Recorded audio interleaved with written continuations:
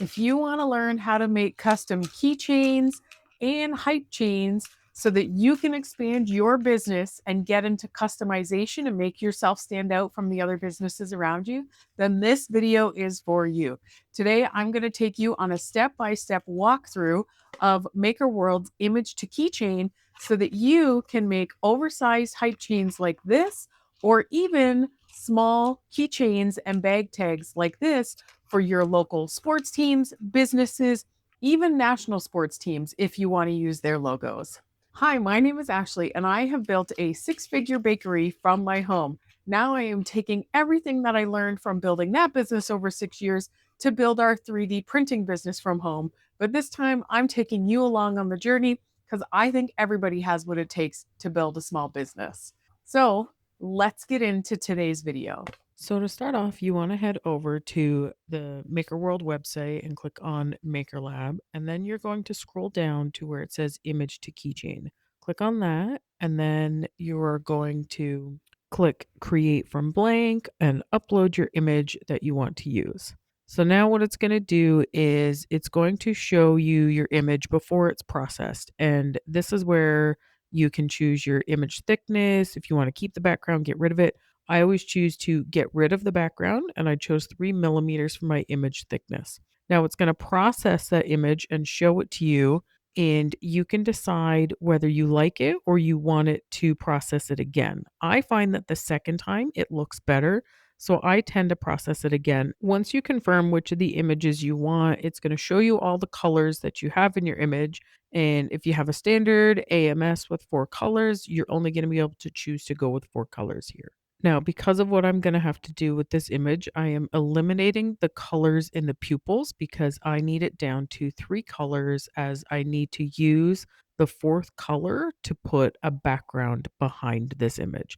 So I'm just changing the colors of the pupils here. And then I want you to see what it looks like at this point in terms of how 3D it is and how everything works out, how it would be if we put it on the build plate right now. So, because this image doesn't have anything to hold the whole word Hamilton together, nor would it be very strong like this, it actually needs to have a background added to it. So, I went and added just a simple shape background and chose the rounded one here. And I will edit this color in a moment, but first I'm going to just size it out and make sure it'll fit the entire image properly.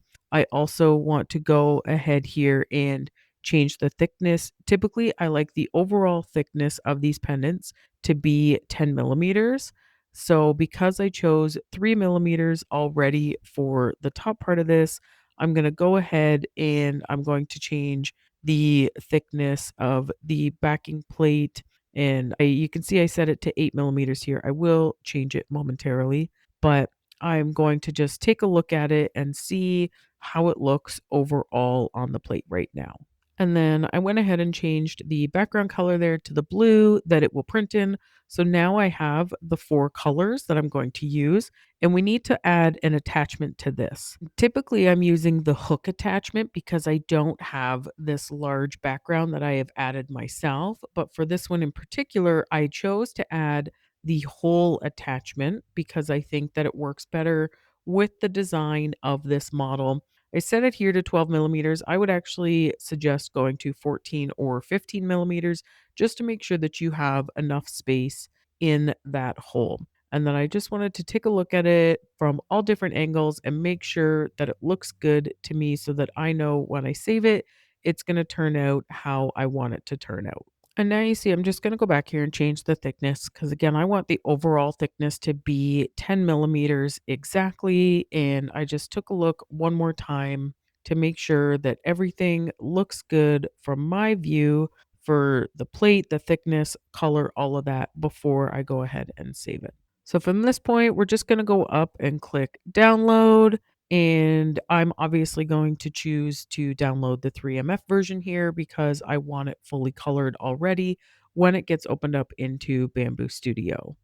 If I can just take a really brief pause here and ask you guys to please hit that like and subscribe button. I am battling with AI fake channels these days all over YouTube. And I am a real person trying to grow a small channel. And it is so helpful when you guys hit the subscribe button. Many of you watch every single video, but you are not subscribed. So please help a girl out, hit the like button, hit the subscribe button, and continue to follow along.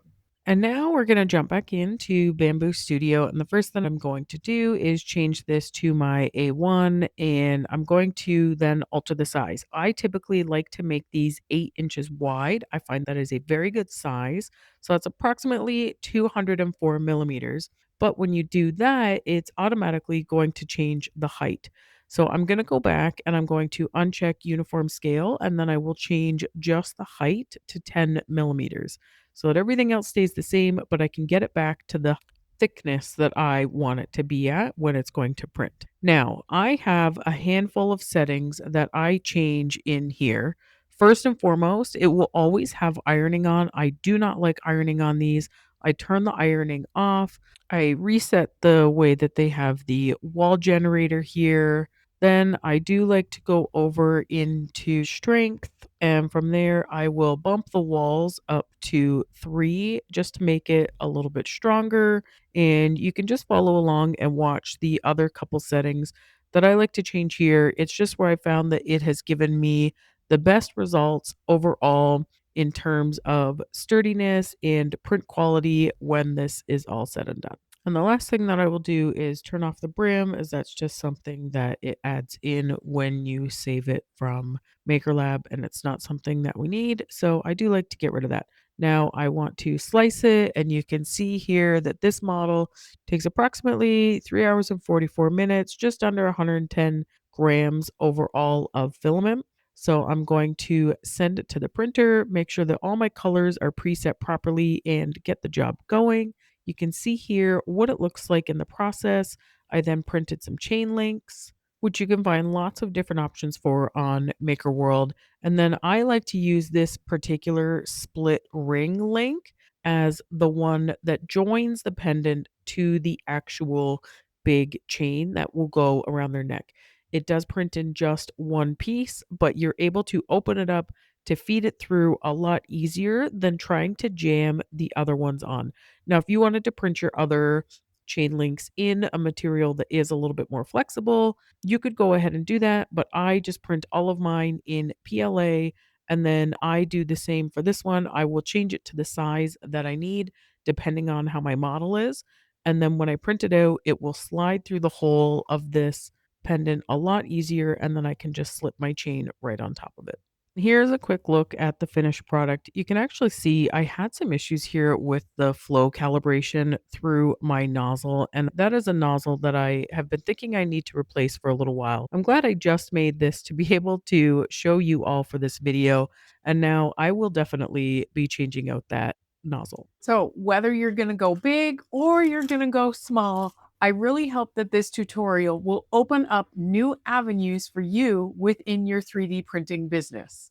Make sure that you drop in the comments below if this is something that you're going to incorporate and exactly how you're going to do that. Are you going to approach local sports teams? Are you going to make national teams logos? What is your plan to use this to help grow your business? And is there something else that I can help you to guide you and walk you through with your business? Please drop that in the comments below. You know that I love your feedback. I read and reply to every single comment myself down below. I love seeing what you guys are getting out of the videos and what I can do to help bring you better content in the future. Thank you so much for watching. Make sure that you're subscribed for all my future tips. And until next time, happy printing.